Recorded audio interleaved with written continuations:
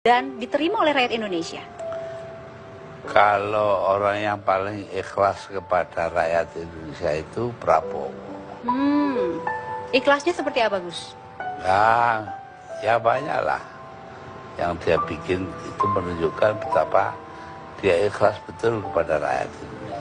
Buat saya, ya saya tentu berterima kasih kepada Pak Prabowo karena ini adalah satu-satu partai yang berani mencalonkan saya tanpa meminta mahar. Ini membuktikan beliau setuju dengan pola berpolitik yang bersih, tidak ada berpolitik. Tergantung rakyat mau pilih siapa. Kalau buat saya pribadi ya masih saya pilih Pak Prabowo, itu aja. Halo, saya Ridwan Kamil. Saat ini saya ingin memberikan sebuah kesaksian terhadap sosok salah satu calon Presiden Republik Indonesia. Dalam hal ini adalah Bapak Haji Prabowo Subianto.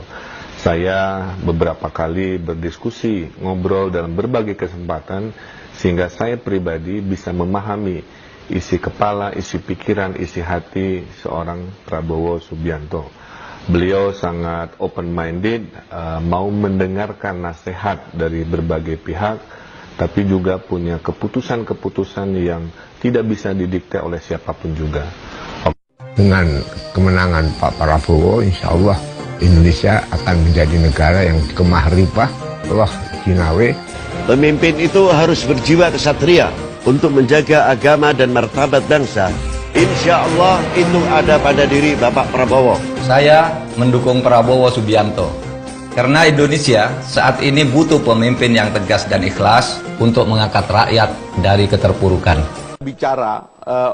Kalau kita bicara Prabowo, sekali lagi, ini orang yang memiliki kesadaran kuat untuk memimpin sehingga kata-katanya yang keluar dari dirinya adalah kata-kata yang mantap. Dia tidak gampang janji sama orang kalau sesuatu belum menjadi keyakinannya. Dia hanya bisa melaksanakan sesuatu yang sudah mantap menjadi keyakinan hatinya. Saya tidak akan memaafkan diri saya saya bisa memaafkan diri saya memilih orang yang ada salah. Tapi saya tidak akan memaafkan diri saya kalau milih pemimpin yang peragu, yang limbung, dan membuat bangsa ini hancur. Jangan sampai umat Islam golput tidak memilih. Kalian tidak memilih, berarti kalian sudah mengkhianati. Ini ada orang baik, orang amanah, orang baik, tapi karena gara-gara kalian tidak memilih dia, akhirnya naik pengkhianat, pembohong, penipu, pendusta. Gunakan suara Anda, hindari money politik, jangan curang, jangan tipu-tipu, jangan sebar hoax, jangan pakai cara-cara haram. Tapi insya Allah doakan saudaramu. Ala adullukum ala akbaril kabair. Maukah kalian kutunjukkan dosa terbesar di antara dosa besar? Pertama, syirik. Insya Allah kita sudah selamat dari syirik. Dua, uququl walidain. Durhaka pada orang tua, kita sudah selamat dari durhaka. Yang kita khawatirkan yang ketiga, kesaksian palsu, syahadatuz zur. Apa itu kesaksian palsu? Ketika kau bawa paku, kau coblos gambar padahal dia tidak layak. Tidak layak. Tapi karena kau sudah ambil uangnya, kau terutang budi, kau coblos, kau sedang memberikan kesaksian palsu, dosa besar. Kemudian Anda tidak memilih, itu hak Anda.